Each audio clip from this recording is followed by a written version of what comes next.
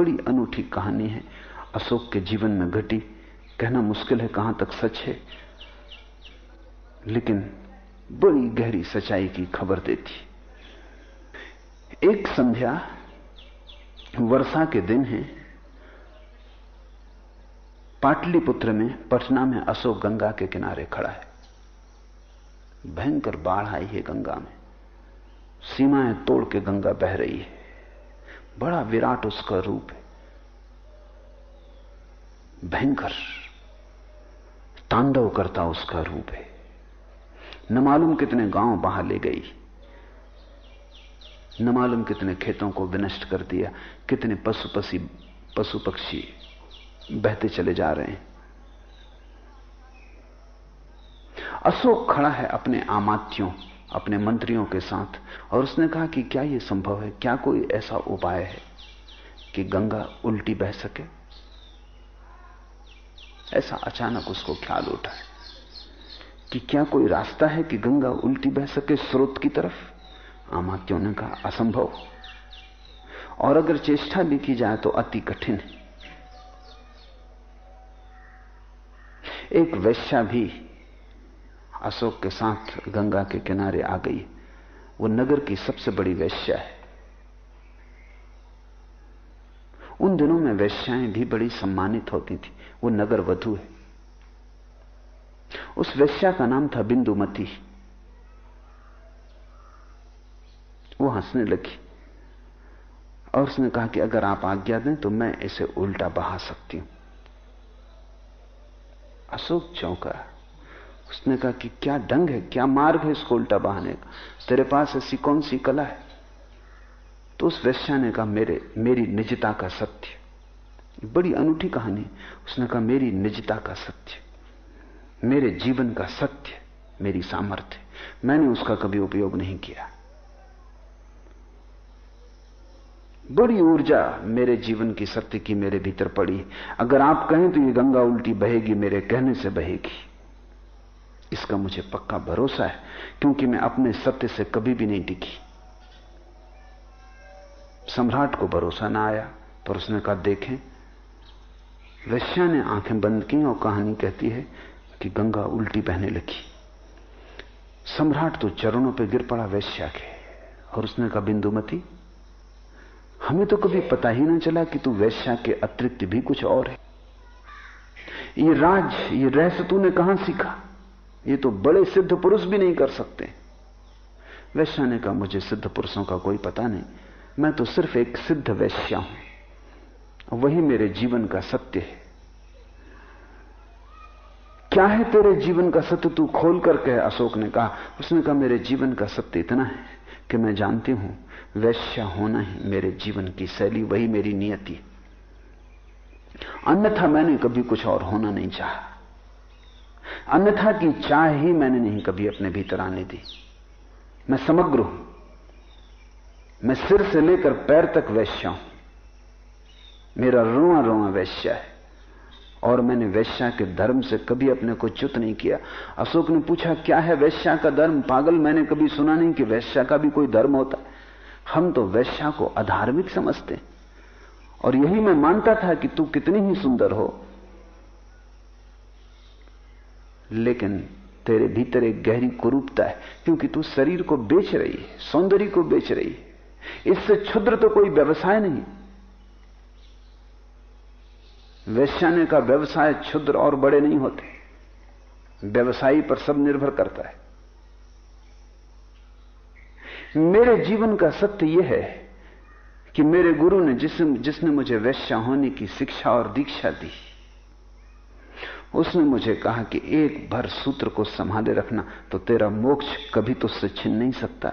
और वो सूत्र यह है कि चाहे धनी आए, चाहे गरीब आए, चाहे शूद्र आए, चाहे ब्राह्मण आए, चाहे सुंदर पुरुष आए, चाहे कुरूप पुरुष आए, चाहे जवान, चाहे बूढ़ा, कोढ़ी आए, रुग्ण आए, जो भी तुझे पैसा दे, तू पैसे पे ध्यान रखना और व्यक्तियों के साथ समान व्यवहार करना। न तो तू कोढ़ी को, रोगी को घृणा करना, न सुंदर को प्रेम करना, वो वेश्या का काम नहीं।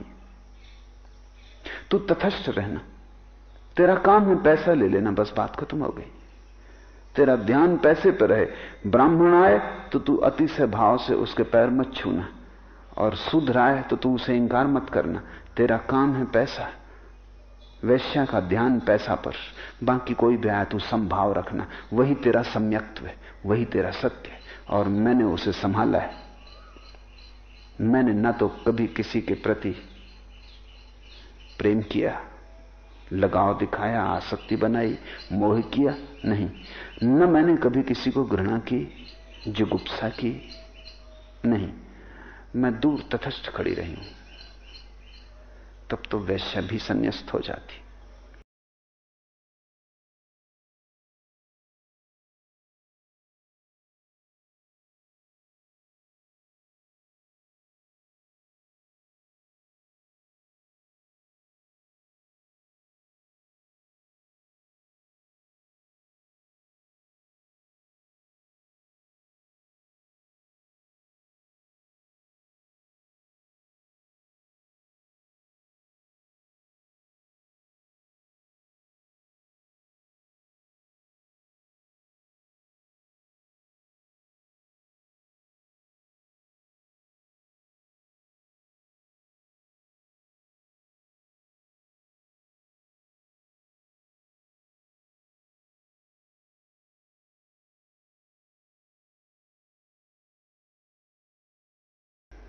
कृष्ण ठीक कहते हैं, स्वधर्मे निधनम श्रेय।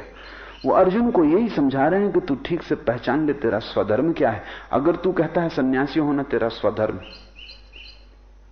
अगर तू मानता है, समझता है कि सन्यासी होना तेरा स्वधर्म, तू जा। लेकिन आज तक तुझमें सन्यास की कोई झलक दिखाई नहीं पड़ी। काफी जीवन तेरा बीत गया, हम पुराने संगी साथी हैं। कभी तुझमें मैंने ब्राह्मण की कोई झलक नहीं देखी, सन्यासी का कोई भाव नहीं देखा। तू शुद्ध क्षत्रिय है। अर्जुन से ज्यादा शुद्ध क्षत्रिय खोजना भी मुश्किल है। तो तू इससे भिन्न हो ना सकेगा। तो एक ही उपाय है कि तू अपने ही धर्म के सत्य को उपलब्ध हो, निजता को मत छोड़। कृष्ण ये कह रहे हैं कि तू अपने भीतर अगर निजता को छोड़कर किसी और के पीछे चलेगा, किसी और की सुनेगा, किसी और आदर्श से प्रलोभित होगा, तो तेरे भीतर द्वंद्व पैदा हो जाएगा। और जिस व्यक्ति के भीतर द्वंद्व पैदा हो गया, वहीं असली युद्ध है। फिर एक संघर्ष शुरू होता है जिसका कोई अंत नहीं, क्योंकि तुम अपने से ही लड़ते हो, अंत हो कैसे सकता है। और सभी तुम लड़ रहे हो। कोई क्रोध से लड़ रहा है, कोई काम से लड़ रहा है, कोई लोभ से लड़ रहा है।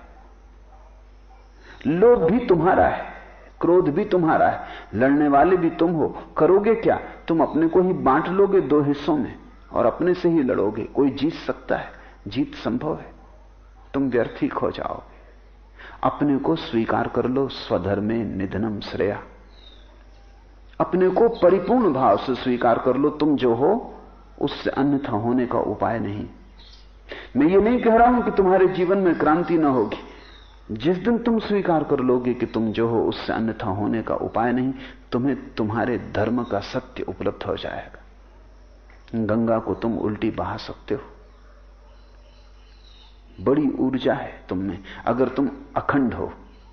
वो वैश्या अखंड रही होगी और उसने बड़े निष्णात कुशलता से सम्यत्व को साध लिया था। वैश्या का सवाल नहीं है, न सन्यासी होने का सवाल है। क्योंकि यह हो सकता है सन्यासी जंगल में बैठा हो और वैश्या का विचार करे, तब उसके भीतर द्वंद्व है, संघर्ष है, कुरुक्षेत्र है। और वैश्या वैश्यालय में बैठी हो और सन्यास की धारणा करे, उसके भीतर भी द्वंद्व है। तुम जहां हो वहां पूरे रहो। तुम्हारी समग्रता ही तुम्हें मोक्ष की तरफ ले जाएगी, मुक्ति की तरफ ले जाएगी। और बड़ी अनूठी बात यह कि जिस दिन तुम अपने को परिपूर्ण स्वीकार कर लेते हो, उसी दिन तुम्हारे भीतर क्रांति शुरू हो जाती। जिसने स्वीकार कर लिया अपने क्रोध को, उसके स्वीकार में ही अतिक्रमण है। वो क्रोध से ऊपर उठ गया, वो क्रोध के पार हो गया। उस स्वीकार में ही वो अलग हो गया, साक्षी हो गया। वो वैश्या अपने वैश्यापन को स्वीकार करके साक्षी हो गई, अलग हो गई, भिन्न हो गई। अब सब खेल रह गया, लीला रह गई। इसलिए तो कोढ़ी आए, स्वस्थ आए, बीमार आए, युवा आए, बूढ़ा आए, कोई अंतर न रहा, सब खेल हो गया, सब